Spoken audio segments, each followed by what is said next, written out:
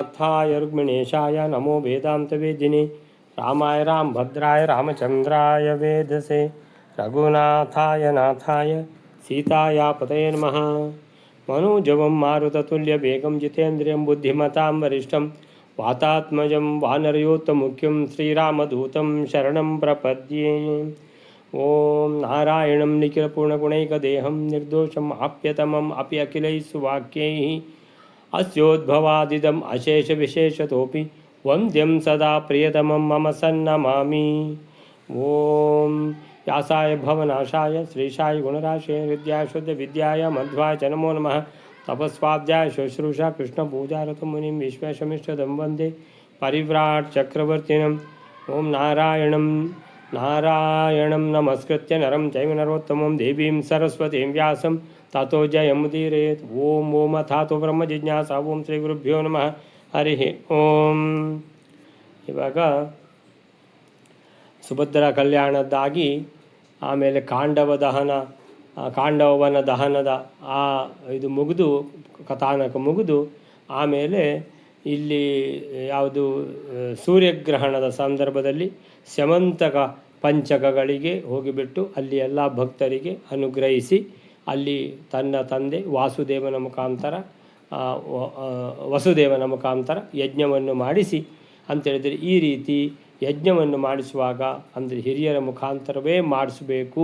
ಆಮೇಲೆ ಎಲ್ಲ ಬಂದಿರುವಂಥ ಎಲ್ಲ ಬ್ರಾಹ್ಮಣ ಶ್ರೇಷ್ಠರಿಗೂ ಬೇಕಾದಷ್ಟು ದಾನ ದಕ್ಷಿಣೆ ಅನ್ನದಾನವನ್ನೆಲ್ಲ ಚೆನ್ನಾಗಿ ಮಾಡಬೇಕು ಅನ್ನುವಂಥದ್ದು. ಹಾಗೆ ಈ ಯಾವುದೇ ಯಜ್ಞ ದಾನ ದಕ್ಷಿಣೆ ಯಾವುದಿದ್ದರೂ ಕೂಡ ಈ ಯಾವುದು ನಿಮ್ಮ ಗ್ರಹಣದ ಸಮಯದಲ್ಲಿ ಮಾಡುವಂಥದ್ದು ಅತ್ಯಂತ ಪ್ರಾಶಸ್ತ್ಯವಾದದ್ದು ಅಂತ ಅದನ್ನು ಸಹ ಹೇಳಿಬಿಟ್ಟು ಆಮೇಲಿಂದ ಈಗ ಕೃಷ್ಣ ದ್ವಾರಕಾಪುರಿಗೆ ಮರಳಿ ಪಾಂಡವರ ಜೊತೆಗೆ ಮರಳಿ ಅಲ್ಲಿ ಪಾಂಡವರ ಸಮಕ್ಷಮದಲ್ಲಿ 1 ದಿನದ ಅಶ್ವಮೇಧ ಯಾಗವನ್ನು ಮಾಡಿದ ಅನ್ನುವಂಥದ್ದು. ಅದಕ್ಕೋಸ್ಕರನೇ ಕೃಷ್ಣನಿಂದಲೇ ಭಗವಂತನಿಂದಲೇ ನಿರ್ಮಿತವಾದ ಕುದುರೆ 1 ದಿನಕ್ಕೆ 1,00,000 ಯೋಜನ ಅಷ್ಟು ಓಡ್ತದೆ ಅದು. ಹಾಗಾಗಿ ಇಡೀ ಭೂ ಪ್ರದಕ್ಷಿಣೆ ಮಾಡಿ ಎಲ್ಲ ರಾಜರುಗಳನ್ನು ಸೋಲಿಸಿ ಆ ರಥದಲ್ಲಿ ಕೃಷ್ಣನ ರಥದಲ್ಲಿ ಯಾರನ್ನು ಕಳಿಸಿದ್ದು ಅಂತ ಹೇಳಿದರೆ ಭೀಮಾರ್ಜುನರನ್ನು ಕಳಿಸಿದ್ದು ಮತ್ತು ಕೃಷ್ಣನ ಮಕ್ಕಳು. ಸೊ ಎಲ್ಲ ಕಡೆಗೆ ಹೋಗಿಬಿಟ್ಟು ಎಲ್ಲ ರಾಜರುಗಳ ಹತ್ರ ಕಪ್ಪ ಕಾಣಿಕೆ ವಸೂಲು ಮಾಡಿದೆ ಅಂತ ಹೇಳಿದರೆ ಅವರು ಸೋಲು ಒಪ್ಕೋಬೇಕು. ಅವರು ಇಲ್ಲ ಅಂತೇಳಿದರೆ ಕುದುರೆಯನ್ನು ಕಟ್ಟಿ ಹಾಕಬೇಕು, ಯುದ್ಧ ಮಾಡಬೇಕು. ಸೊ ಹೀಗೆ ಎಲ್ಲ ರಾಜರುಗಳ ಹತ್ರ ಕಪ್ಪ ಕಾಣಿಕೆಯನ್ನು ವಸೂಲಿ ಮಾಡಿಕೊಂಡು ವಾಪಸ್ಸು ಬಂದಿದ್ದಾರೆ ಅನ್ನುವಂಥದ್ದು ಅಲ್ಲಿವರೆಗಾಗಿದೆ. ಈಗ ನೆಕ್ಸ್ಟ್ ಶ್ಲೋಕ ಬಯಲಾರೆ. ಶ್ರೀ ಗುರುಭ್ಯೋ ನಮಃ. ಪರಾಶರಾತ್ಮಜೋ ಹರಿಂ ಯದಾ ತ್ವದೀಕ್ಷಯತ್ ತದಾ ಸಸಾದಹ ದ್ವಿಜಸ್ತ್ರಣಾವಹೋ ಸುರಾವಚ. 15ನೇ ಶ್ಲೋಕ. ಯಾವಾಗ ಪರಾಶರ ಋಷಿಯ ಮಗನಾದ ವ್ಯಾಸದೇವರು ಕೃಷ್ಣನನ್ನು ದೀಕ್ಷಿತನನ್ನಾಗಿ ಮಾಡಿಸಿದರೋ ಆಗ ತೃಣವನ್ನು ಕೈಯಲ್ಲಿ ಹೊತ್ತುಕೊಂಡು ಇದ್ದ ಬ್ರಾಹ್ಮಣನೊಬ್ಬನು ಅಲ್ಲಿಗೆ ಬಂದನು ಮತ್ತು ಅಳಲಿಕ್ಕೆ ಶುರು ಮಾಡಿದನು. ಪರಾಶರಾತ್ಮಜೋ ಹರಿಂ ಯದಾ ತು ಅದೀಕ್ಷಯತ್ ತದಾ ಆಸಸಾದಃ ದ್ವಿಜಃ ತೃಣಾವಹೋರುರಾವಚ. 1 ದಿವಸದ ಅಶ್ವಮೇಧ ಕೃಷ್ಣ ಮಾಡಿದ, ಅದೇ ಒಂದು ವಿಶೇಷ. ಈ ವಿಶೇಷದ ಮಧ್ಯದಲ್ಲಿ ಇನ್ನೊಂದು ವಿಶೇಷ ನಡೆಯಿತು. ಏನೆಂದರೆ ಪರಾಶರಾತ್ಮಜ, ಪರಾಶರರ ಮಗ, ಪರಾಶರ ವ್ಯಾಸ, ಇವರು ಯಾರು ಸತ್ಯವತಿಯವರ ಮಗ ಯಾರು ಅಂತ ಹೇಳಿದರೆ ವೇದವ್ಯಾಸರು. ಸೊ ವೇದವ್ಯಾಸರು ಅವತಾರ ಮಾಡಿದಂದರೆ ತಂದೆ ತಾಯಿ ಯಾರು ಅಂತ ಹೇಳಿದರೆ ಪರಾಶರ ಮತ್ತು ಸತ್ಯವತಿ. ಸೊ ಪರಾಶರಾತ್ಮಜ ವೇದವ್ಯಾಸರು ಹರಿಹಿ ಅಂದರೆ ಇದು ಹರಿ ಭಗವಂತನ ವೇದವ್ಯಾಸ ರೂಪದಿಂದ ಹರಿಂ, ಇನ್ನೊಂದು ಹರಿ ಯಾರು ಭಗವಂತ ಶ್ರೀಕೃಷ್ಣ, ಯಾದವ ಕೃಷ್ಣ, ಸೊ ಗೋಪಾಲ ಕೃಷ್ಣ. ಹೀಗೆ ವೇದವ್ಯಾಸರು ಯಾದವ ಕೃಷ್ಣ ಭಗವಂತನಿಗೆ ಯಾವಾಗ ದೀಕ್ಷೆ ಕೊಟ್ಟರೋ ತು ಅದೀಕ್ಷಯತ್, ಯಜ್ಞ ದೀಕ್ಷಿತನನ್ನಾಗಿ ಮಾಡಿದರು. ಸೊ ಯಜ್ಞ ಸುಮಾರಿಗೆ ಮುಂದೆ ಹೋಗಿದೆ, ಕುದುರೆ ಕಟ್ಟಿಕೊಂಡು ಅವರೆಲ್ಲ ಹೋಗಿದ್ದಾರೆ. ಸೊ ಅಷ್ಟಾಗುವಾಗ ಕುದುರೆ ವಾಪಸ್ ಬಂದಾಗಿದೆ. ಅಂತೇಳಿದರೆ ಎಲ್ಲ ಏನು ಯಜ್ಞ ಸುಮಾರಿಗೆಲ್ಲ ಮುಗಿದಿದೆ. ಈ ದೀಕ್ಷಿತನಾಗಿ ವ್ಯಾಸರು ಕುಳ್ಳಿಸಿದ್ದಾರೆ ಅಂತ ಹೇಳಿದ್ರೆ ಇದು ಬಹುಶಃ ಇದು ನಮ್ಮ ಯಾವುದು ಅವಭೃತ ಸ್ನಾನ ಆ ಥರ ಏನಾದರೂ ಇದ್ದರೂ ಇರ್ಬೋದು ಯಜ್ಞ ಮುಗಿಯುವಂಥ ಸಂದರ್ಭದಲ್ಲಿ.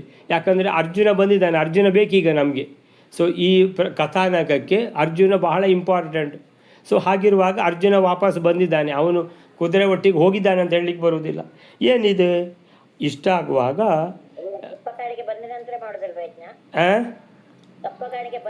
ಹೌದೌದೌದು, ಕಪ್ಪ ಕಾಣಿಕೆ ಎಲ್ಲ ಬಂದಾಗಿದೆ, ಅರ್ಜುನ ವಾಪಸ್ ಬಂದಾಗಿದೆ, ಕುದುರೆ ವಾಪಸ್ ಬಂದಾಗಿದೆ. ಈ ಸಂದರ್ಭದಲ್ಲಿ ತದಾ ಆಸಸಾದ, ಆಗ ಒಬ್ಬ ಬಂದ. ಯಾರು ಅಂತೇಳಿದರೆ ದ್ವಿಜಃ. ಆಸಸಾದ ಅಂತೇಳಿದರೆ ಕೃಷ್ಣನನ್ನು ಸಮೀಪಿಸಿದ ಅಥವಾ ಯಜ್ಞದ ಆ ಶಾಲೆ ಏನಿದೆ ಯಜ್ಞಶಾಲೆ ಅಲ್ಲಿಗೆ ಸಮೀಪಕ್ಕೆ ಬಂದಿದ್ದಾನೆ ಒಬ್ಬ ಬ್ರಾಹ್ಮಣ. ಬರ್ತಾನೆ, ರುರಾವಚ, ಬೊಬ್ಬೆ ಹೊಡಿತಾ ಬರ್ತಾ ಇದ್ದಾನೆ. ಅಯ್ಯೋ ಏನಾಯಿತು, ಗೋಳಾಡ್ತಾ. ರುರಾವ ಅತಿ ದೊಡ್ಡ ಶಬ್ದ. ರುರಾವಚ ಅಂತೇಳಿದರೆ ಅತಿ ದೊಡ್ಡ ಶಬ್ದ ಮಾಡಿಕೊಂಡು ಬಂದ ಅಂತೇಳಿದರೆ ದೊಡ್ಡ ಬೊಬ್ಬೆ ಹಾಕಿಕೊಂಡು ಬಂದ. ಕೈಯಲ್ಲಿ ಏನು ಇಟ್ಕೊಂಡಿದ್ದಾನೆ, ತೃಣಾವಹೋ. ತೃಣಾವಹ ಅಂತೇಳಿದರೆ ವಹ ಅಂತೇಳಿದರೆ ಹೊತ್ತುಕೊಂಡು ಬರುವುದು ಅಂತ, ವಿವಾಹ ಅಂತ ಅಂದರೆ ಜವಾಬ್ದಾರಿಯನ್ನು ಹೊತ್ತುಕೊಂಡು ಬರುವುದು ಅಂತ. ಸೊ ಹೀಗೆ ಇಲ್ಲಿ ತೃಣಾವಹ, ತೃಣ ಅಂದ್ರೇನು, ಹುಲ್ಲು ಕಡ್ಡಿ. ಒಂದು ಹುಲ್ಲು ಕಡ್ಡಿಯನ್ನು ಹೊತ್ತು ತಂದಿದ್ದಾನೆ, ಬೊಬ್ಬೆ ಹೊಡಿತಾ ಇದ್ದಾನೆ. ಸೊ ಹ ಅಂತೇಳಿದರೆ ಎರಡು ಅರ್ಥ. ಒಂದು ಸಂತೋಷದಲ್ಲಿ ಓ ಏನು ಬೇಷ್ ಬೇಷ್ ಅಂತ ಹೇಳಿದ ಹಾಗೆ ಹ, ಅಥವಾ ದುಃಖ ಇದ್ದರೆ ಅಯ್ಯೋ ಅಯ್ಯೋ ಅಂತ. ಸೊ ಇಲ್ಲಿ ಎರಡನೇದು ಅರ್ಥ. ಯಾಕಂದರೆ ಬ್ರಾಹ್ಮಣ ಬೊಬ್ಬೆ ಹೊಡೆದುಕೊಂಡು ಗೋಳಾಡಿಕೊಂಡು ಬರ್ತಾ ಇದ್ದಾನೆ, ಈ ಯಜ್ಞಶಾಲೆಯ ಹತ್ತಿರ ಬರ್ತಾ ಇದ್ದಾನೆ ಅಂತ ಹೇಳಿದರೆ ಅದರ ಅರ್ಥ ಏನಂತ ಹೇಳಿದರೆ ಇದು ಅಂತ ಹೇಳಿದರೆ ಅಯ್ಯೋ ಅಂತ. ಎಲ್ಲಿಗೂ ಯಾಕಪ್ಪ ಇವನು ಬೊಬ್ಬೆ ಹೊಡಿತಾ ಇದ್ದಾನೆ, ಏನಾಯ್ತು ಇವನಿಗೆ ಅಂತ ಎಲ್ಲರ ಗಮನ ಸೆಳೆದಿದ್ದಾನೆ ಈ ಬ್ರಾಹ್ಮಣ.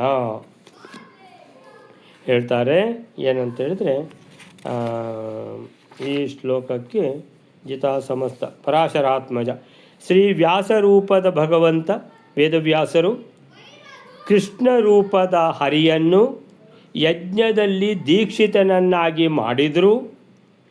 ಆಗ ಬ್ರಾಹ್ಮಣನೊಬ್ಬ ಕೈಯಲ್ಲಿ ಹುಲ್ಲು ಕಡ್ಡಿಯನ್ನು ಹಿಡಿದುಕೊಂಡು ತೃಣಾವಹ, ಆಮೇಲೆ ಆಸಸಾದ, ಬಂದ ಅಲ್ಲಿಗೆ. ತದ ಆಗ, ಅಯ್ಯೋ ಹಿ ಅಥವಾ ಹ ಅಂದರೆ ಅಯ್ಯೋ ಅಂತ. ಏನಿದು ಅಯ್ಯೋ, ಯಾಕಂದರೆ ಜೋರಾಗಿ ಬೊಬ್ಬೆ ಹೊಡ್ಕೊಂಡು ಬಂದ.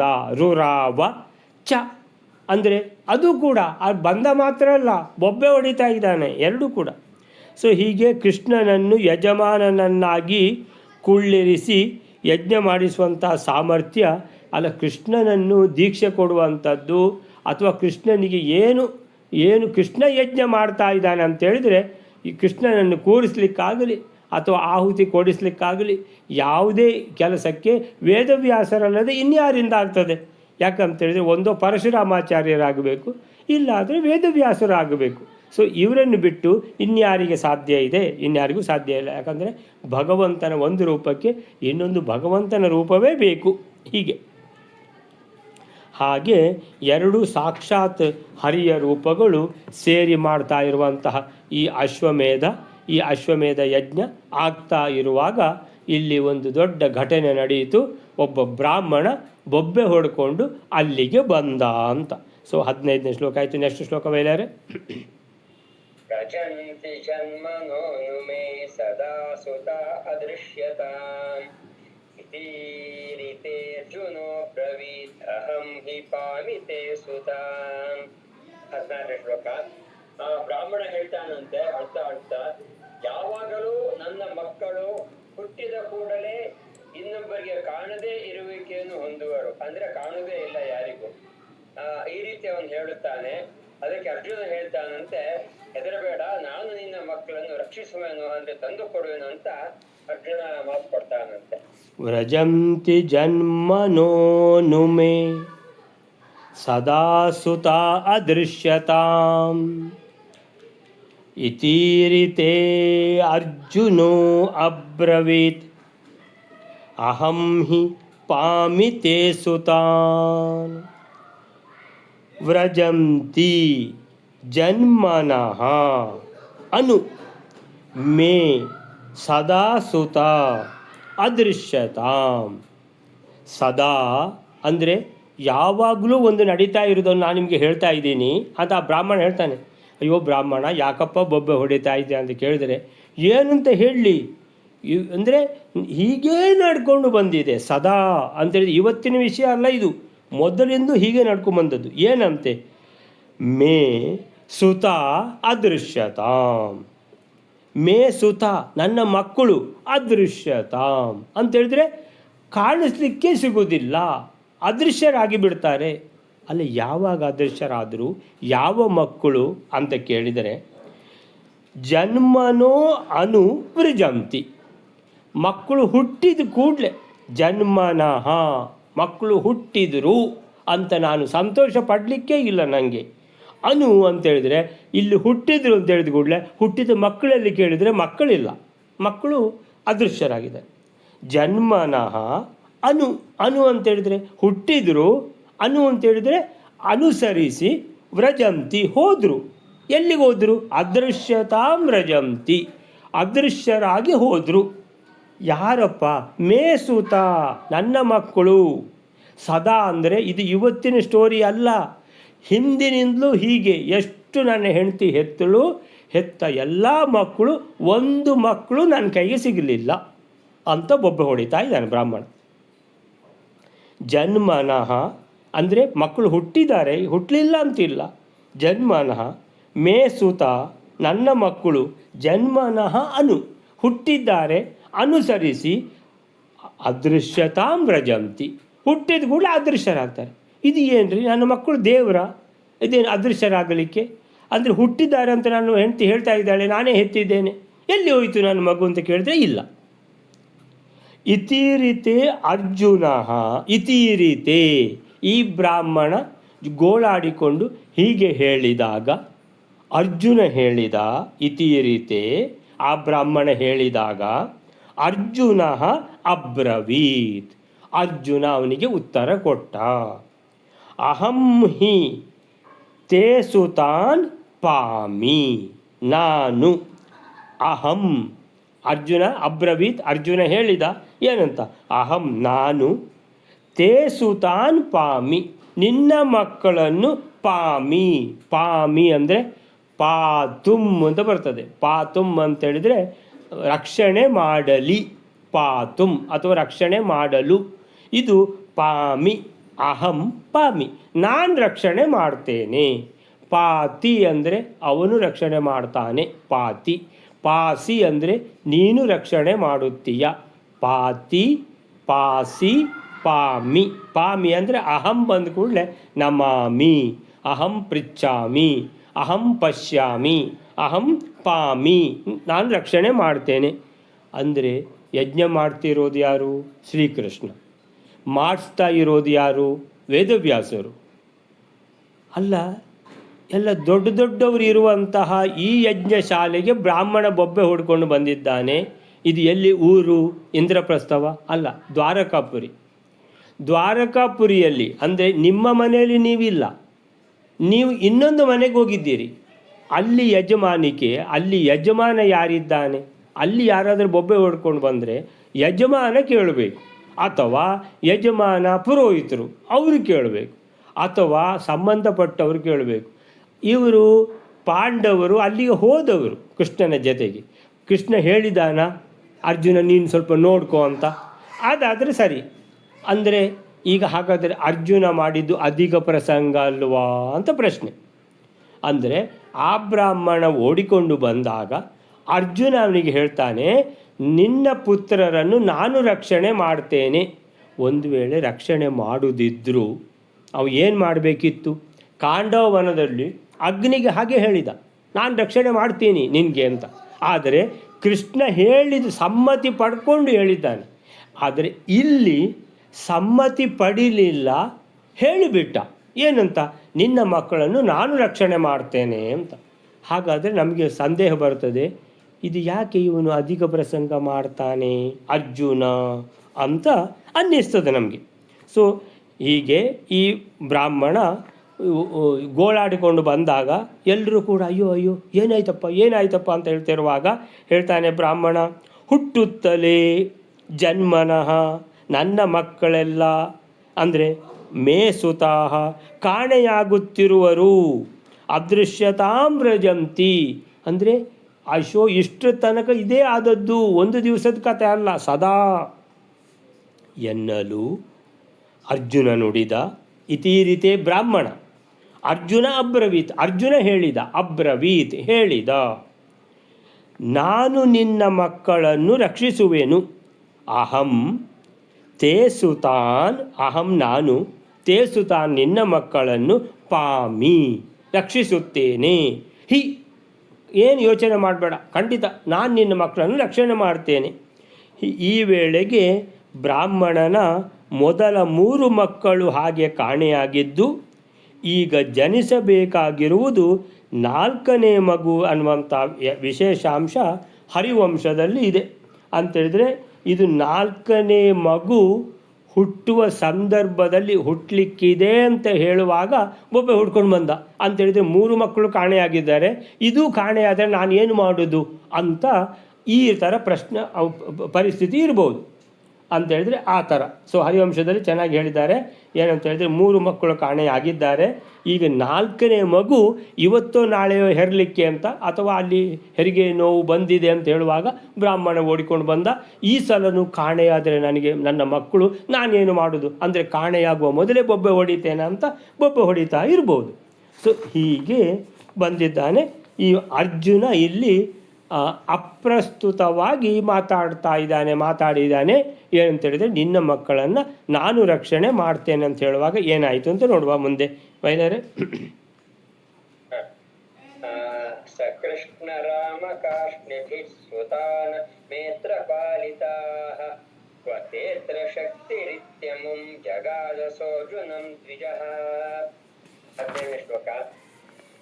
ಆ ಬ್ರಾಹ್ಮಣ ಹೇಳ್ತಾನೆ, ಯಾವಾಗ ಅರ್ಜುನನು ಈ ತರ ಭರವಸೆ ಕೊಡ್ತಾನೆ ತಾನು ಆ ಮಕ್ಕಳನ್ನು ರಕ್ಷಿಸನ ಅಂತ, ಆಗ ಬ್ರಾಹ್ಮಣ ಹೇಳ್ತಾನೆ, ಕೃಷ್ಣ ಬಲರಾಮ ಪ್ರದ್ಯುಮ್ನರಿಂದಲೂ ಅದರ್ಶನದ ವಿಷಯದಲ್ಲಿ ಅಂದರೆ ಆ ಮಕ್ಕಳನ್ನು ರಕ್ಷಿಸುವ ವಿಷಯದಲ್ಲಿ ನನ್ನ ಮಕ್ಕಳು ರಕ್ಷಿಸಲ್ಪಟ್ಟಿಲ್ಲ, ಅಂದ್ರೆ ಅವರೇ ಕಾಪಾಡಲು ಯತ್ನಿಸಲಿಲ್ಲ, ಆಶ್ವಾಸನೂ ಸಹ ನೀಡಿಲ್ಲ.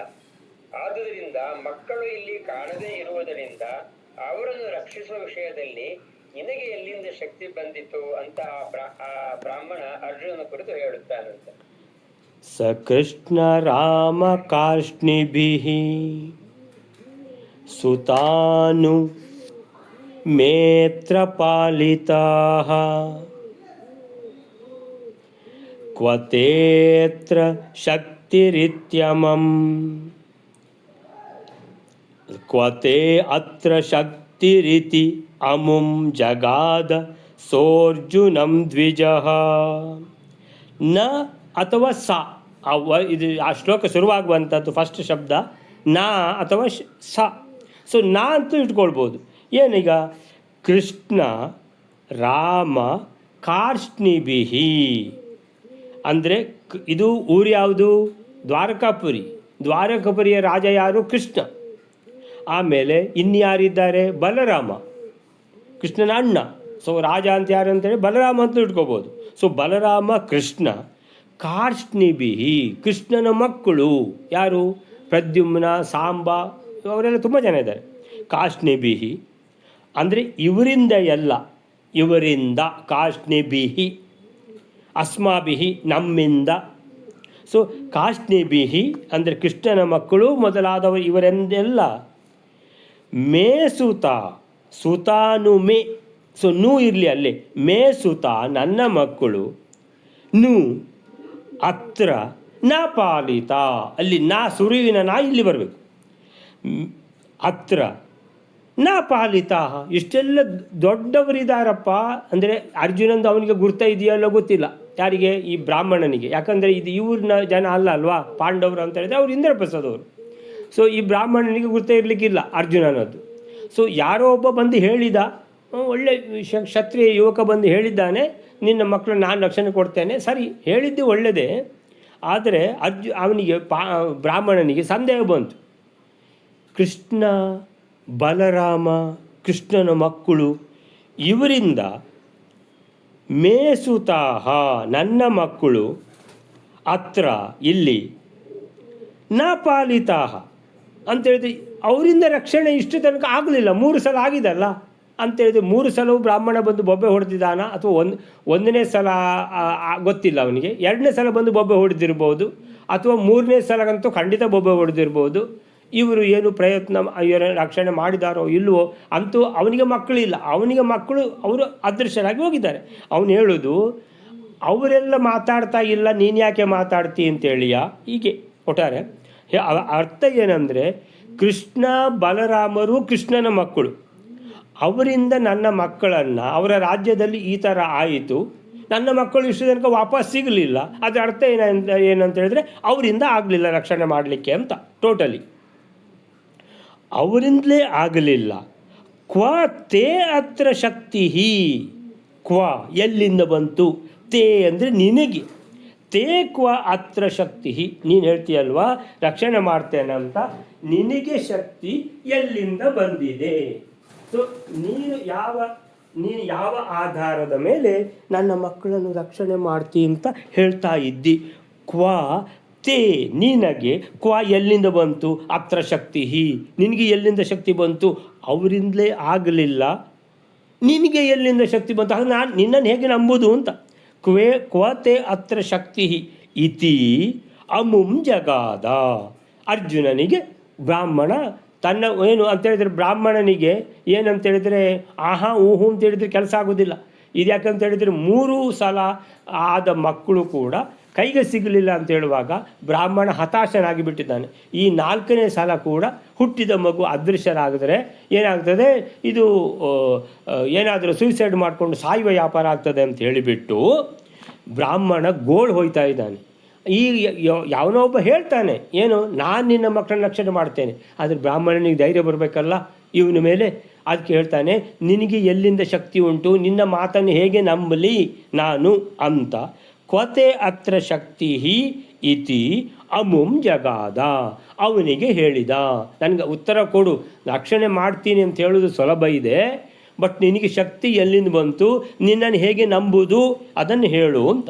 ಕ್ವತೆ ಅತ್ರ ಶಕ್ತಿ, ನಿನಗೆ ಈ ಶಕ್ತಿ ಇದೆ ಅಂತ ನಾನು ಹೇಗೆ ನಂಬಲಿ ಅಂತ ಹೇಳ್ತಾ ಇದ್ದಾನೆ. ಯಾರು? ಈ ಬ್ರಾಹ್ಮಣ. ಕೃಷ್ಣ, ರಾಮ, ಕೃಷ್ಣನ ಮಕ್ಕಳು ಕಾರ್ಷ್ಣಿಭಿಹಿ, ಅವರಿಂದ ನನ್ನ ಮಕ್ಕಳು ನಾಪಾಲಿತಾ, ರಕ್ಷಣೆ ಮಾಡಲಿಲ್ಲ, ಅವರು ಆಗಲಿಲ್ಲ ಅವರಿಂದ ಅಂತ. ನನಗೆ ಮಕ್ಕಳು ಸಿಗಲಿಲ್ಲ ಅಲ್ವಾ, ಬಿಡಿ, ಅದು ಅವ್ರು ಮಾಡಿದಾರೋ ಮಾಡಲಿಲ್ಲೋ ಗೊತ್ತಿಲ್ಲ, ನನಗೆ ನನ್ನ ಮಕ್ಕಳು ಸಿಗಲಿಲ್ಲ, ಮುಗೀತು. ನೀನು ಹೇಳ್ತಾ ಇದ್ದೀಯಾ ನನ್ನ ಮಕ್ಕಳನ್ನು ನೀನು ರಕ್ಷಣೆ ಮಾಡ್ತೀ ಅಂತ, ನಿನಗೆ ಎಲ್ಲಿಂದ ಶಕ್ತಿ ಬಂತು? ಅವರಿಂದ ಆಗದ್ದು ನೀನು ಎಲ್ಲಿಂದ ಮಾಡ್ತಿ ಅಂದರೆ ನಿನಗೆ ಏನು ಅಂತೇಳಿದರೆ, ಕೃಷ್ಣ ಹೇಳಿ ನೀನು ಹೇಳ್ತಿರೋದಾ, ಏನು ಸಂಗತಿ ಹೇಳಪ್ಪ. ಅಮುಂ ಜಗಾದ, ಹೇಳ್ತಾನೆ ಬ್ರಾಹ್ಮಣ. ಯಾರಿಗೆ? ಅರ್ಜುನನಿಗೆ.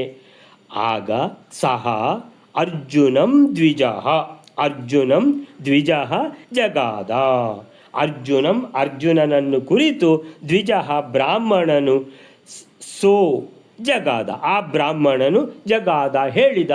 ಹೇಳಪ್ಪ, ನೀನು ಹೇಳಿದ್ಯಲ್ವ ನನ್ನ ಮಕ್ಕಳನ್ನ ರಕ್ಷಣೆ ಮಾಡ್ತೀನಿ ಅಂತ, ನಿನಗೆ ಎಲ್ಲಿಂದ ಶಕ್ತಿ, ನಿನ್ನ ಮಾತನ್ನು ಹೇಗೆ ನಂಬಲಿ ನಾನು ಅಂತ ಪ್ರಶ್ನೆ ಮಾಡ್ತಾ ಇದ್ದಾನೆ. ಯಾಕಂದರೆ ಅವನು ಸುಮ್ಮನೆ ಯಾರ್ಯಾರು ನಾನು ರಕ್ಷಣೆ ಮಾಡ್ತೀನಿ ಅಂತ ಹೇಳಿದ್ರೆ ಹೇಳಿಕೊಂಡು ವಾಪಸ್ ಹೋಗೋವನಲ್ಲ ಈಗ. ಯಾಕಂತ ಹೇಳಿದ್ರೆ ಅವನ ಸಮಸ್ಯೆ ಅದು ಅವನಿಗೆ ಮಾತ್ರ ಗೊತ್ತು, ಎಷ್ಟು ಅದು ದೊಡ್ಡ ಸಮಸ್ಯೆ ಅಂತ. ಆ ರೀತಿ ಗೋಳು ಹೋಯ್ತಾ ಇದ್ದಾನೆ ಬ್ರಾಹ್ಮಣ. ಸೊ ಕೃಷ್ಣ, ಬಲರಾಮ, ಪ್ರದ್ಯುಮ್ನರು, ಸಾಂಬ ಮೊದಲಾದವರು ನನ್ನ ಮಕ್ಕಳನ್ನು ರಕ್ಷಿಸಲಿಲ್ಲ, ನಿನಗೆ ಈ ವಿಷಯದಲ್ಲಿ ಎಲ್ಲಿಂದ ಶಕ್ತಿ ಎಂದು ಆ ಬ್ರಾಹ್ಮಣ ಅರ್ಜುನನಿಗೆ ನುಡಿದ. ಕೃಷ್ಣ ಬಲರಾಮಾದಿಗಳು ಹಾಗೆ ಬಂದು ಪ್ರಯತ್ನಿಸಿದ ಉಲ್ಲೇಖ ಕಂಡುಬರುವುದಿಲ್ಲ. ಅಂದರೆ ಯಾವುದೇ ಒಂದು ಗ್ರಂಥದಲ್ಲಿ ಇದರ ಬಗ್ಗೆ ಕೃಷ್ಣನ ಹತ್ರ ಬಲರಾಮನ ಹತ್ರ ಈ ಬ್ರಾಹ್ಮಣ ಬಂದು ಹೇಳಿದ್ದಾನಾ ಇಲ್ವೋ, ಅವರಿಗೆ ಗೊತ್ತಿದೆಯೋ ಇಲ್ವೋ. ಅಂತೂ ಟೋಟಲ್ ತಾತ್ಪರ್ಯ ಏನಂದರೆ ಬ್ರಾಹ್ಮಣನ ಮಕ್ಕಳು ಕಾಣೆಯಾಗಿದ್ದಾರೆ.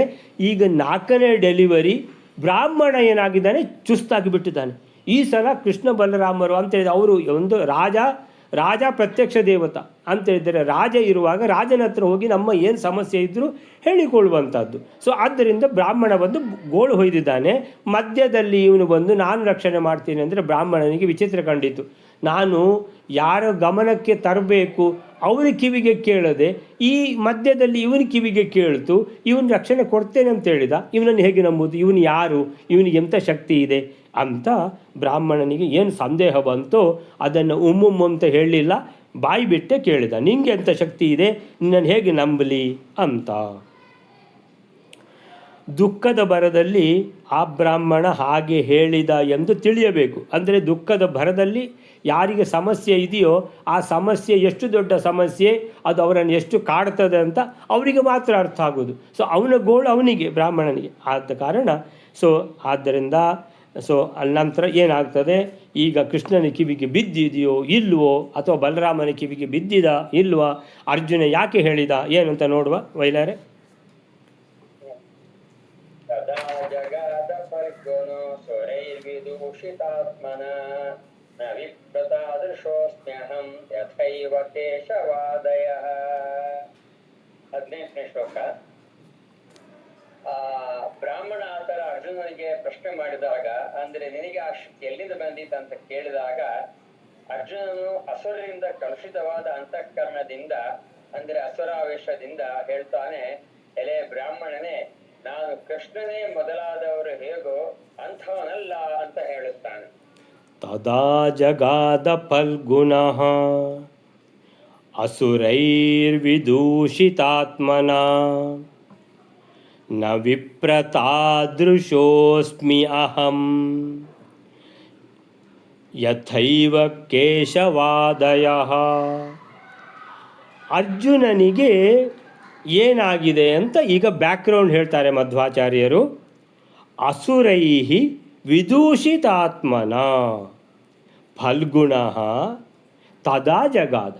ಅಂದರೆ ಅರ್ಜುನ ತದಾ ಆಗ ಜಗಾದ ಹೇಳ್ತಾನೆ ಅಂತೇಳಿದರೆ ಏನಾಗಿದೆ ಅರ್ಜುನನಿಗೆ? ಅಸುರೈಹಿ ರಾಕ್ಷಸಾವೇಶದಿಂದ, ಅಸುರೈಹಿ ಅಂದರೆ ಭೂತ ಬಡ್ದಿದ ನಿನಗೆ ಅಂತ ಕೆಲವು ಸಲ ಕೇಳೋದಿಲ್ವ? ಕೆಲವು ಮಕ್ಕಳು ಅಳುವೆ ನಿಲ್ಲಿಸೋದಿಲ್ಲ, ಭೂತ ಹಿಡಿದಿದೆ ಅದಕ್ಕೆ ಅಂತ. ಹೀಗೆ ಅಸುರೈಹಿ ವಿದೂಷಿತ ಆತ್ಮನ, ಅರ್ಜುನನಿಗೆ ಭೂತ ಬಡ್ದಿದೆ, ರಾಕ್ಷಸಾವೇಶ ಆಗಿದೆ. ಅಂದರೆ ಎಲ್ಲರಿಗೂ ರಾಕ್ಷಸಾವೇಶ ಇಂಥದ್ದೆಲ್ಲ ಆಗ್ತದೆ. ರುದ್ರದೇವರಿಗೆ ಆಗ್ತದೆ, ಇನ್ನು ಬಾಕಿದವರಿಗೆ ಆಗೋದಿಲ್ವ? ಅಂದರೆ ಯಾರಾದರೂ ಹಾಗಾದರೆ ಈ ರಾಕ್ಷಸಾವೇಶ ಆಗದೇ ಇರುವವರು ಇದ್ದಾರಾ ಅಂತ ಹೇಳಿದರೆ ಇದ್ದಾರೆ. ಅವರಿಗೆ ಹೆಸರು ಆ ಕ್ಲೋಸ್ ಸರ್ಕಲಿಗೆ ಏನು, ಯಾರಿಗದು ನೆನಪಿದೆಯಾ? ಆ ಕ್ಲೋಸ್ ಸರ್ಕಲ್ ಬ್ರಹ್ಮದೇವರು ಸರಸ್ವತಿ, ವಾಯುದೇವರು ಭಾರತಿ, ಲಕ್ಷ್ಮೀದೇವಿ, ಭಗವಂತ, ಪರಶುಕ್ಲತ್ರಯರನ್ನು ಬಿಟ್ಟು ಉಳಿದವರಿಗೆಲ್ಲರಿಗೂ ಈ ಥರ ರಾಕ್ಷಸಾವೇಶ ಆಗಿಯೇ ಆಗ್ತದೆ. ಅವರಿಗೆ ಅಷ್ಟು ಜನಕ್ಕೆ ಮಾತ್ರ ಅವರು ಶುದ್ಧರು, ಪರಿಶುದ್ಧರು. ಅವರ ಭಕ್ತಿ ಭಗವಂತನ ಮೇಲೆ ಅದು ಶುದ್ಧ ಭಕ್ತಿ. ಆದ್ದರಿಂದಲೇ ಹನುಮಂತನ ಭಕ್ತಿ ಪರಿಶುದ್ಧ ಭಕ್ತಿ. ಯಾಕೆ? ವಾಯುದೇವರ ಅವತಾರ. ಭೀಮಸೇನನ ಭಕ್ತಿ ಪರಿಶುದ್ಧ ಭಕ್ತಿ. ದ್ರೌಪದಿ ಭಾರತೀ ದೇವಿ, ಆದ್ದರಿಂದ ಅವಳದು ಪರಿಶುದ್ಧ ಭಕ್ತಿ. ಸೊ ದ್ರೌಪದಿ ಮತ್ತು ಭೀಮಸೇನ ಇಬ್ಬರದು ಭಕ್ತಿ ಅನ್ನುವಂಥದ್ದು ಅದು ಪರಿಶುದ್ಧವಾದ ಭಕ್ತಿ. ಯಾಕಂದರೆ ವಾಯುದೇವರು ಮತ್ತು ಭಾರತೀ ದೇವಿ. ಆಮೇಲಿಂದ ಅರ್ಜುನನೂ ಅಲ್ಲ, ಯುಧಿಷ್ಠಿರನೂ ಅಲ್ಲ, ಅಶ್ವಿನಿ ದೇವತೆಗಳಲ್ಲ. ಯಾಕೆ ಅಲ್ಲ ಅಂತೇಳಿದರೆ, ಅರ್ಜುನ ಅಂದರೆ ಯಾರು? ಇಂದ್ರ ಇಲ್ಲ, ರುದ್ರದೇವರಿಗಿಂತ ಕೆಳಗಿರುವುದು ಯಾರು? ಇಂದ್ರ. ರುದ್ರದೇವರೇ ಇಲ್ಲ ಅಂತ ಹೇಳಿದ್ಮೇಲೆ ಇಂದ್ರ ಇರ್ತಾನ? ಆಮೇಲಿಂದ ಯಮಧರ್ಮರಾಯ, ಅವನು ಇಂದ್ರನಿಗಿಂತಲೂ ಕೆಳಗಿರುವುದು. ಇನ್ನು ಅಶ್ವಿನಿ ದೇವತೆಗಳು ಅವನಿಗಿಂತೂ ಕೆಳಗೆ. ಆದ್ದರಿಂದ ಇವರು ಯಾರೊಬ್ಬರೂ ಕೂಡ ಪರಶುಕ್ಲತ್ರಯರಲ್ಲಿ ಬರುವುದಿಲ್ಲ. ಸೊ ಹಾಗಿರುವಾಗ ಈ ಅರ್ಜುನ ಅವನು ಇಂದ್ರನ ಅವತಾರ. ಅಲ್ಲಿ ಇಂದ್ರನಿಗೆ ರಾಕ್ಷಸಾವೇಶ ಆಗಿದೆ ಪಾರಿಜಾತ ಅಪಹರಣದಲ್ಲಿ. ದೇವೇಂದ್ರನಿಗೆ ಅದು ಕೃಷ್ಣ ಅಂತ ಗೊತ್ತಾಗಲಿಲ್ಲ ಅಂತ. ಅರೆ ಅವನ ಒಡೆಯ ದೇವೇಂದ್ರ ಅಂದರೆ ದೇವಲೋಕದ ಒಡೆಯ. ಆ ದೇವೇಂದ್ರನಿಗೆ ಒಡೆಯ ಯಾರು ಅಂತ ಹೇಳಿದರೆ ಭಗವಂತ. ಅರೆ ತನ್ನ ಒಡೆಯನದ್ದೇ ಪರಿಚಯ ಆಗಲಿಲ್ಲ ಅಂತೇಳಿದರೆ ಎಂಥ ರಾಕ್ಷಸಾವೇಶ ಇಂದ್ರನಿಗೆ ಆಗಿತ್ತು. ಪಾರಿಜಾತ ಅಪಹರಣದ ಸಂದರ್ಭದಲ್ಲಿ ಶ್ರೀಕೃಷ್ಣನೊಟ್ಟಿಗೆ ಯುದ್ಧ ಮಾಡಲಿಕ್ಕೆ ಬಂದ, ವಜ್ರಾಯುಧವನ್ನು ಬಿಸಾಡ್ತಾನೆ. ವಜ್ರಾಯುಧವನ್ನು ಬಿಸಾಡಿದಾಗ ಏನಾಯಿತು? ಯಾರಿಗದು ನೆನಪಿದೆಯಾ? ಕೃಷ್ಣ ಅದನ್ನು ಏನು ಮಾಡಿದ? ವಜ್ರಾಯುಧವನ್ನು ಚೆಂಡು ಹಿಡಿದ ಹಾಗೆ ಎಡ ಕೈಯಲ್ಲಿ ಹಿಡ್ಕೊಂಡ್ಬಿಟ್ಟ. ಚೆಂಡು ಹಿಡ್ಕೊಂಡಾಗೆ ಹಿಡ್ಕೊಂಡು ಕೂಡಲೇ ದೇವೇಂದ್ರನಿಗೆ ಗೊತ್ತಾಯಿತು, ಓ ಇದು ಭಗವಂತ. ಯಾರಿಗೂ ಮತ್ತೆ ಯಾರಿಗೂ ಇಂಥ ಸಾಮರ್ಥ್ಯ ಇಲ್ಲ. ನಾನು ಕೆಡವಿಬಿಟ್ಟೆ ಅಂತ. ಅಷ್ಟಾಗ ಸತ್ಯಭಾಮೆ ಏನು ಮಾಡಿದ? ಅಷ್ಟಾಗ ಓಡ್ಲಿಕ್ಕೆ ಶುರು ಮಾಡಿದ ಅವ. ಅಂದರೆ ಪೀಚೆ ಮುಡ್ಡು, ಅಂದರೆ ಅವನಿಗೆ ನಾಚಿಕೆಯಲ್ಲಿ ಎದುರಿಗೆ ನಿಲ್ಲಿಕ್ಕಾಗಲಿಲ್ಲ. ಅವನು ಓಡ್ತಾ ಇರುವಾಗ ಸತ್ಯಭಾಮೆ ಅವನು ಓಡ್ತಾ ಇರುವವನಿಗೂ ಕೇಳುವ ಹಾಗೆ ಜೋರು ನಗಾಡಿಬಿಟ್ಲು. ಅಯ್ಯೋ ಸತ್ಯಭಾಮೆ ನಗಾಡಿದ್ಲು ಅಂತ ಹೇಳಿದ ಕೂಡಲೇ ಏನಾಯಿತು? ಅಯ್ಯೋ ಅಮ್ಮ ನಗಾಡ್ತಾ ಇದ್ದಾರೆ ನನ್ನನ್ನು ನೋಡಿ ಅಂತ ತುಂಬ ನಾಚಿಗಾಗಿ ಮೆಲ್ಲ ತಿರುಗಿಸಿ ಹೇಳ್ತಾನೆ, ಕತೆ ಹೇಳಿದಾಗೆ. ಅಮ್ಮ ನಿಂಗೆ ಕತೆ ಗೊತ್ತಿದೆಯಾ? ನಾವು ಸಣ್ಣದಿರುವಾಗ ಅಪ್ಪನ ಹತ್ರ ಹೀಗೆ ಅಲ್ವ ನಾವು ಹೀಗೆ ತಮಾಷೆಗೆ ನಾವು ಆಡ್ತಾ ಇದ್ದದಲ್ವ, ಆ ಆಟ ನಿಮಗೇನಾದರೂ ಮರ್ತೋಗಿದ್ದರೆ ಅಂತ ಈಗ ಆಟ ಆಡಿದ್ದು ಅಂತ ತಿರುಗಿಸ್ತಾನೆ. ಸೊ ಹೀಗೆ ಇಲ್ಲಿ ಏನಾಗಿದ್ದಾರೆ, ಅರ್ಜುನನಿಗೆ ಅಸುರೈಹಿ ವಿದೂಷಿತ ಆತ್ಮನ, ಅದೇ ಇಂದ್ರಂದು ಅವತಾರ ಈ ಅರ್ಜುನ. ಈ ಅರ್ಜುನನಿಗೂ ಕೂಡ ರಾಕ್ಷಸಾವೇಶ ಆಗಿದೆ. ಅಸುರೈಹಿ ವಿದೂಷಿತ ಆತ್ಮನ, ಅಸುರಾವೇಶ ಆಗಿದೆ, ರಾಕ್ಷಸಾವೇಶ ಆಗಿದೆ. ರಾಕ್ಷಸಾವೇಶ ಆದರೆ ಭಗವಂತನ ನೆನಪು ಆಗುವುದಿಲ್ಲ. ಭಗವಂತ ಕಣ್ಣೆದುರಿಗೆ ಇದ್ದರೂ ಕೂಡ ಭಗವಂತ ಅಂತ ತಿಳಿಯುವುದಿಲ್ಲ. ಇದೆಲ್ಲ ಆಗ್ತದೆ. ಅಸುರೈಹಿ ವಿದೂಷಿತ ಆತ್ಮನ. ವಿದೂಷಿತ ಅಂದರೆ ದೋಷಕ್ಕೆ ಒಳಗೊಂಡ, ಅಂದರೆ ಕಣ್ಣಿಗೆ ಪರದೆ ಬಂದಾಗಿದೆ. ನಿನಗೆ ಕಣ್ಣು ಕಾಣಿಸೋದಿಲ್ವೇನೋ? ಇಲ್ಲ, ನನಗೆ ಕಣ್ಣೇ ಕಾಣಲಿಲ್ಲ ಅಂತ. ಆ ಥರ ಅಸುರೈಹಿ ವಿದೂಷಿತ ಆತ್ಮನ ಅಂದರೆ ಈ ಅರ್ಜುನನ ಆತ್ಮವು ದೂಷಣೆಗೆ ಒಳಪಟ್ಟಿದೆ. ಎಲ್ಲಿಂದ? ರಾಕ್ಷಸಾವೇಶದಿಂದ. ರಾಕ್ಷಸರಿಗೆ ಭಗವಂತನಿಗೆ ಅವರು ಬೆಲೆ ಕೊಡ್ತಾರಾ? ಇಲ್ಲ. ಭಗವಂತ ಯಾವ ಲೆಕ್ಕ ಅಂತಾರವರು? ಅಂದರೆ ಅವರಿಗೇನಾಗಿದೆ, ಅದೇ ರೀತಿಯ ರಾಕ್ಷಸಾವೇಶ ಇವನಿಗಾದ ಕಾರಣ ಇವನಿಗೆ ಕೃಷ್ಣನ ಹತ್ರ ಸಮ್ಮತಿ ಪಡ್ಕೊಂಡು ಕೃಷ್ಣನ ಊರಿನಲ್ಲಿ ಕೃಷ್ಣ ಯಜ್ಞ ಮಾಡ್ತಾ ಇದ್ದಾನೆ. ವೇದವ್ಯಾಸರು ಕೂತಿದ್ದಾರೆ ಪಕ್ಕದಲ್ಲಿ.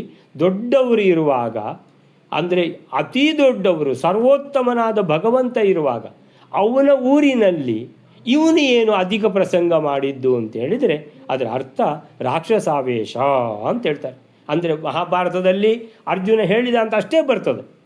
ಅವನಿಗೆ ರಾಕ್ಷಸಾವೇಶ ಆದ್ದರಿಂದ ಆ ರೀತಿ ಹೇಳಿದ ಅನ್ನುವಂಥ ಅಂಶ ಅಲ್ಲಿ ಬಂದಿರೋದಿಲ್ಲ. ನ ವಿಪ್ರ ತಾದೃಶೋ ಅಸ್ಮಿ ಅಹಂ. ಯಾವಾಗ ಬ್ರಾಹ್ಮಣನು ಆ ರೀತಿ ಕೇಳಿದ್ನೋ, ನಿನಗೆ ಎಲ್ಲಿಂದ ಶಕ್ತಿ ಬಂತಪ್ಪ, ನಿನ್ನನ್ನು ಹೇಗೆ ನಂಬಲಿ, ನೀನು ಯಾರು ನೀನು ಅಂತ ಕೇಳಿದಾಗ ಹೇಳ್ತಾನೆ, ಹೇ ವಿಪ್ರ ನ ತಾದೃಶೋ ಅಸ್ಮಿ ಅಹಂ. ಕೃಷ್ಣ ಬಲರಾಮರು ಕೃಷ್ಣನ ಮಕ್ಕಳು ಯಾರೂ ರಕ್ಷಣೆ ಕೊಡಲಿಲ್ಲ, ನೀನು ಯಾರಪ್ಪ, ನಿನಗೆ ಎಲ್ಲಿಂದ ಶಕ್ತಿ ಅಂತ ಹೇಳಿದರೆ ಅರ್ಜುನ ಹೇಳ್ತಾನೆ, ನಾನು ಅಂಥವ್ರ ಥರ ಅಲ್ಲ ನಾನು ಅಂತ. ಅಂಥವ್ರ ಥರ ಅಲ್ಲ ಅಂತ ಹೇಳಿದರೆ ಕೃಷ್ಣನಾಗೆ ಅಲ್ಲ, ಬಲರಾಮನಾಗೇನಲ್ಲ, ಕೃಷ್ಣನ ಮಕ್ಕಳ ಥರನೂ ಅಲ್ಲ, ಅವರೆಲ್ಲ ಉಪಯೋಗ ಇಲ್ಲ ಅಂತ ಅದರ ಅರ್ಥ. ಎಲ್ಲಿ ಹೇಳ್ತಾ ಇದ್ದಾನೆ?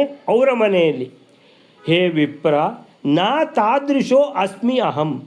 ತಾದೃಶೋ ಅಸ್ಮಿ ಅಹಂಗೆ ಆ ನಾವನ್ನು ಸೇರಿಸ್ಕೊಳ್ಳಿ. ವಿಪ್ರಕ್ಕೆ ಹೇ ವಿಪ್ರ, ಹೇ ಬ್ರಾಹ್ಮಣ ಶ್ರೇಷ್ಠ, ಏನಂತ ಹೇಳಿದರೆ ನ ತಾದೃಶೋ ಅಸ್ಮಿ ಅಹಂ, ನಾನು ಅವರ ಹಾಗೆ ಅಲ್ಲ. ಅಸ್ಮಿ ಅಹಂ, ಅಹಂ ಅಂದರೆ ನಾನು, ಅಸ್ಮಿ ಅಂದರೆ ಇರೋದು, ತಾದೃಶೋ ಅಂದರೆ ಆ ರೀತಿ ಇರುವವನಲ್ಲೂ ನಾನಲ್ಲ ಅಂತ ಹೇಳಿದರೆ ಅವ್ರು ಯಾರೂ ನಿನ್ನ ರಕ್ಷಣೆಗೆ ಬರಲಿಲ್ಲಲ್ಲ, ನಂಗೆ ಗೊತ್ತು, ನಾನು ರಕ್ಷಣೆಗೆ ಬರ್ತೇನೆ, ನಾನು ಅಂಥವ್ರ ಥರ ಅಲ್ಲ. ಯಥಾ ಏವ ಕೇಶವಾದಯ, ನೀನು ಹೇಳಿದೆಯಲ್ವಾ, ಯಾರದೆಲ್ಲ ಹೆಸರು ಹೇಳಿದಿ? ಕೃಷ್ಣ, ಆಮೇಲೆ ಬಲರಾಮ, ಆಮೇಲೆ ಕೃಷ್ಣನ ಮಕ್ಕಳು ಅಂತೇಳಿದರೆ ಕೇಶವಾದಯ, ಕೃಷ್ಣನೇ ಮೊದಲಾದವರು ಯಾರೂ ನಿನ್ನ ರಕ್ಷಣೆಗೆ ಬರಲಿಲ್ಲ ಅಂತ ಹೇಳಿದೆಯಲ್ವಾ, ಅವ್ರ ಥರ. ಯಥಾ ಏವ ಕೇಶವಾದಯ, ಹೇಗೆ ಅವರು ಹಾಗೆ ನಾನಲ್ಲ. ಅಂದರೆ ಅವ್ರು ನಿನ್ನ ರಕ್ಷಣೆಗೆ ಬರಲಿಲ್ಲಲ್ಲ, ಅವ್ರು ಉಪಯೋಗ ಇಲ್ಲದವರು, ನಾನು ನಿನ್ನ ಮಕ್ಕಳ ರಕ್ಷಣೆ ಮಾಡ್ತೇನೆ, ನಾನು ಅಂಥವ್ರಲ್ಲ ಅಂತೇಳಿದರೆ ಇವನಿಗೆ ಖಂಡಿತ ಇವನಿಗೆ ಏನೋ ಒಂದು ಗರ ಬಡ್ದಿದೆ ಅನ್ನುವಂಥದ್ದು ಎಲ್ರಿಗೂ ಸ್ಪಷ್ಟ ಆಗ್ತದೆ. ಏನಪ್ಪ ಅರ್ಜುನ ಈ ಥರ ಮಾತಾಡ್ತಾ ಇದ್ದಾನೆ ಅಂತ ಹೇಳಿದರೆ ಇವನಿಗೆ ಏನೋ ಒಂದು ಆವೇಶ ಖಂಡಿತ ಆಗಿದೆ ಅನ್ನುವಂಥದ್ದು ಸ್ಪಷ್ಟ ಆಗ್ತದೆ. ಸೊ 18ನೇ ಶ್ಲೋಕ.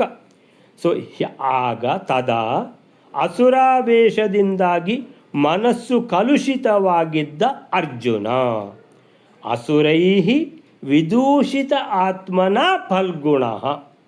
ಅಸುರೈಹಿ ಅಂದರೆ ಅಸುರಾವೇಶದಿಂದ, ರಾಕ್ಷಸಾವೇಶದಿಂದ ವಿದೂಷಿತನಾದ ಆತ್ಮವುಳ್ಳ ಫಲ್ಗುಣ ಅಂದರೆ ಅರ್ಜುನನು ಜಗಾದ ಹೇಳಿದ. ಏನಂತ ಹೇಳಿದ?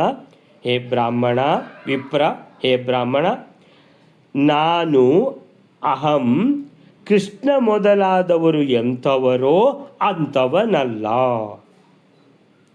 ಅಹಂ ತಾದೃಶೋ ನಾ ಅಸ್ಮಿ. ಅವರು ಹಾಗೆ ಅಲ್ಲ. ನಾನು ರಕ್ಷಣೆ ಮಾಡಿಯೇ ಮಾಡ್ತೇನೆ. ಅವ್ರು ರಕ್ಷಣೆ ಮಾಡಲಿಲ್ಲ. ಯಥಾ ಇವ ಕೇಶವಾದಯ, ಅವರು ಮಾಡಲಿಲ್ಲ ಅಲ್ವಾ? ನಾನು ಅವ್ರ ಥರ ಅಲ್ಲ, ನಾನು ಬೇರೆ. ನಾನು ನಿನಗೆ ಖಂಡಿತ ರಕ್ಷಣೆ ಕೊಡ್ತೇನೆ, ಅವರು ಉಪಯೋಗ ಇಲ್ಲದವರು ಅಂತ. ಹೀಗೆ ಈಗ ನಮಗೆ ಲೌಕಿಕದಲ್ಲಿಯೂ ಕೂಡ ಕೆಲವು ಸಲ ಆಗ್ತದೆ. ಇಲ್ಲಿ ಅರ್ಜುನನಿಗೆ ರಾಕ್ಷಸಾವೇಶದಿಂದ ಆ ರೀತಿ ಮಾತಾಡ್ತಾನೆ ಅಂತ. ಲೌಕಿಕದಲ್ಲಿ ಯಾವ ಆವೇಶ ಅಂತ ಗೊತ್ತಿರೋದಿಲ್ಲ. ಇದೇ ಥರದ್ದೆಲ್ಲ ನಡೀತದೆ. ಸೊ ಏನಂತ ಹೇಳಿದರೆ, ಒಂದು ಫಂಕ್ಷನ್ ಆಗ್ತಿರುವಾಗ ಬಂದಿರ್ತಾರೆ, ಯಾರೆಲ್ಲ ಬಂದಿರ್ತಾರೆ. ಬಂದು ಕೆಲವರು ಒಳ್ಳೆಯವರು ಅಂತೇಳಿದರೆ ಎಲ್ಲ ನಿಮ್ಮ ಹಿತೈಷಿಗಳು ಇರ್ತಾರೆ. ಕೆಲವರು ಹಿತ ಅಂತ ಏನಿಲ್ಲ, ಹೇಳಿಕೆ ಕೊಟ್ಟಿದ್ದಾರೆ ಬಂದಿದ್ದೇವೆ ಅಂತ ಮಧ್ಯಮರು. ಇನ್ನು ಕೆಲವರು ಅಲ್ಲಿ ಏನಾಗಿದೆ, ಎಲ್ಲಿ ದೋಷ ಉಂಟು ಅದನ್ನೇ ಮಾತಾಡೋದು. ನೋಡಿ, ಅದೊಂದು ಬಲ್ಬ್ ಉರಿದೇ ಇಲ್ಲ ನೋಡಿ, ಯಾರು ಹೇಳೋರು ಕೇಳೋರಿಲ್ಲ ಇಲ್ಲಿ. ಅಂದರೆ ಇವನು ಮದುವೆಗೆ ಬಂದು ಊಟ ಮಾಡಿಕೊಂಡು ಹೋಗೋದು ಇವನ ಕೆಲಸ. ಅಥವಾ ಎಲೆಕ್ಟ್ರಿಷಿಯನ್ ಎಲ್ಲಾದರೂ ಇವನಿಗೆ ಕಾಣಿಸ್ತಾ ಇದ್ದರೆ ಅವನನ್ನು ಒಂಚೂರು ಬರಲಿಕ್ಕೆ ಹೇಳಿಬಿಟ್ಟು ಆ ಬಲ್ಬ್ ಚೇಂಜ್ ಮಾಡಮ್ಮ ಅಂತ ಹೇಳಿದರೆ ಅದೊಂದು ಉಪಕಾರ. ಇದು ಅದೆಲ್ಲ ಏನೂ ಮಾಡದೆ ನೋಡಿ, ಇಲ್ಲಿ ಒಂದು ಬಲ್ಬ್ ಹಾಕೋರು ಗತಿ ಇಲ್ಲ. ಇದು ಎಂಥದ್ರಿ ಕಲ್ಯಾಣ ಮಂಟಪ? ಇವರಿಗಾದರೂ ಒಂದು ಯಾರಾದರೂ ಅಕ್ಕಲು ಬೇಕಲ್ರಿ? ಅಲ್ಲಿ ಆ ಕರೆಕ್ಟಾದ ಜಾಗದಲ್ಲೇ ಬಲ್ಬ್ ಉರಿತಾ ಇಲ್ಲ, ಇವ್ರು ಯಾರು ಹೇಳುವುದೇ ಇಲ್ಲ. ಇಂಥದ್ದು ಎಲ್ರಿಗೂ ಕೇಳಿಸುವಾಗೆ ಮಾತಾಡ್ತಾ ಇರ್ತಾರೆ. ಇಂಥದ್ದು ಜನರೆಲ್ಲ ಇರ್ತಾರೆ. ಅಂದರೆ ಅರ್ಜುನನ ಥರ. ಅರ್ಜುನ ಮಾತ್ರ ಒಳ್ಳೆಯವನೇ, ಅದರ ರಾಕ್ಷಸಾವೇಶದಿಂದ ಅಲ್ಲಿಗೆ ಇವತ್ತನ್ನು ನಿಲ್ಲಿಸಿಕೊಳ್ಳೋಣ. ಮುಂದೆ ಏನಾಗ್ತದೆ ಅನ್ನುವಂಥದ್ದು, ಇಂತಹ ಒಂದು ಅಸಂಬದ್ಧ ರೀತಿಯಲ್ಲಿ ವರ್ತನೆ ಮಾಡಿದ್ದಾನೆ ಅರ್ಜುನ. ಅದನ್ನು ಅಲ್ಲಿ ಸ್ಥಿತಿ ಯಾವ ಥರಕ್ಕೆ ಹೋಗಿ ಮುಟ್ಟುತ್ತದೆ, ಅದನ್ನು ಮತ್ತೆ ಭಗವಂತ ಹೇಗೆ ಸರಿ ಮಾಡ್ತಾರೆ ಅನ್ನುವಂಥದ್ದನ್ನು ಮತ್ತೆ ನೋಡುವ. ಶ್ರೀಕೃಷ್ಣ ಅರ್ಪಣ ಮಸ್ತು.